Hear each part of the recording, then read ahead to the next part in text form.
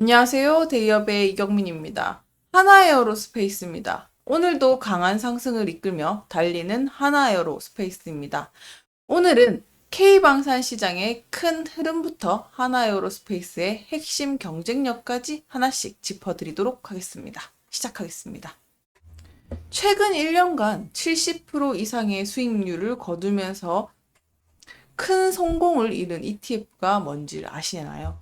바로 방위산업 관련된 펀드인데요.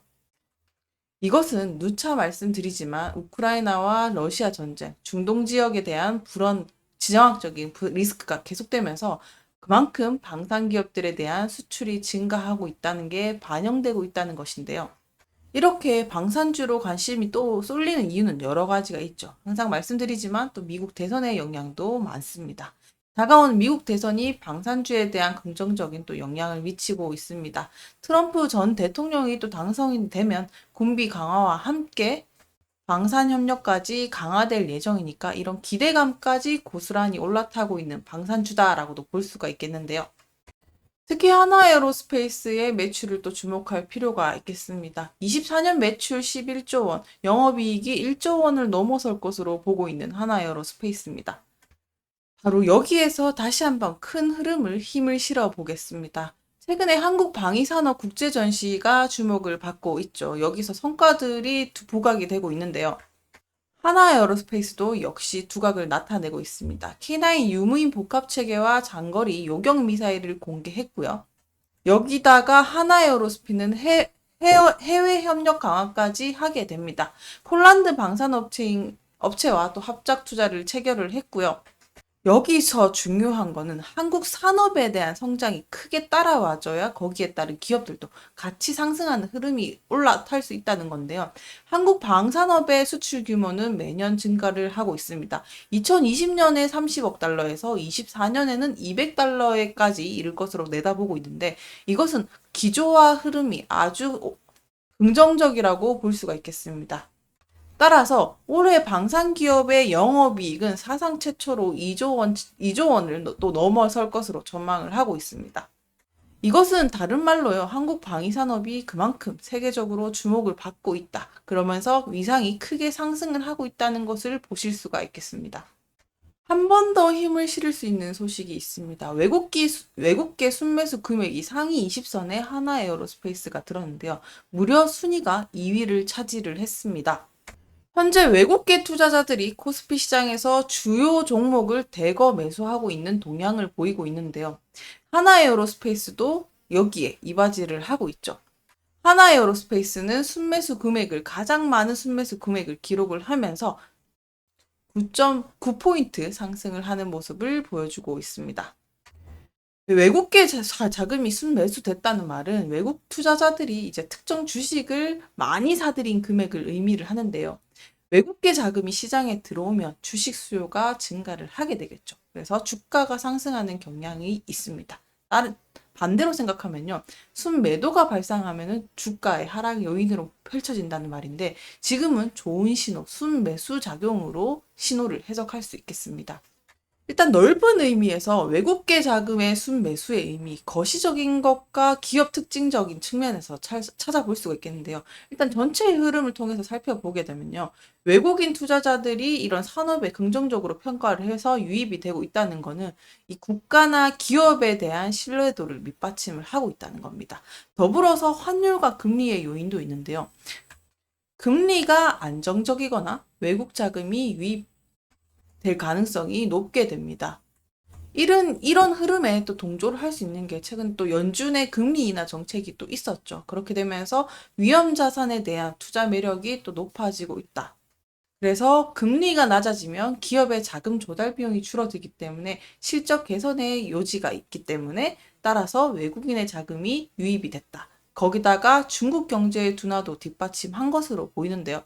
중국의 경기 둔화로 인해서 한국과 같은 이런 방산 업체들이 해외에서 수주를 성과를 내면서 외국 자금이 또 대거 유입이 되고 있는 게 아닌가라고도 살펴볼 수가 있겠습니다.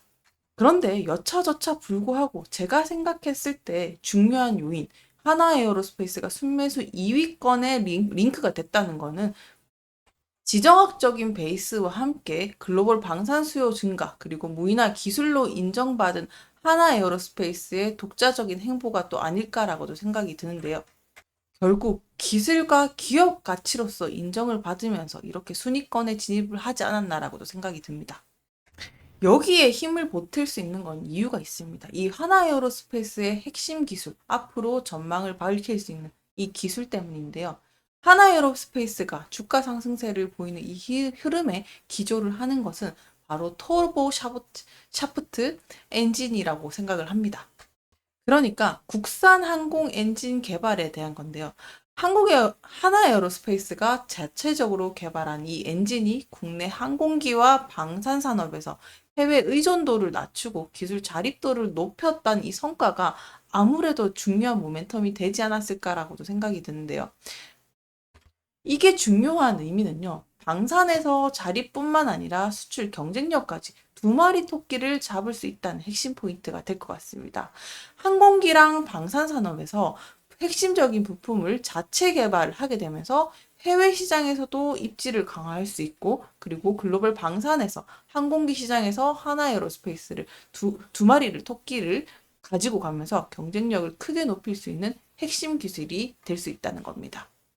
그러면 이 핵심 기술 자립이 얼마나 큰 의미를 부여하는지를 좀 알고 가셔야 되겠는데요. 항공기에서 가장 중요한 것은 바로 부품 중 엔진을 국산화했다는 것은요.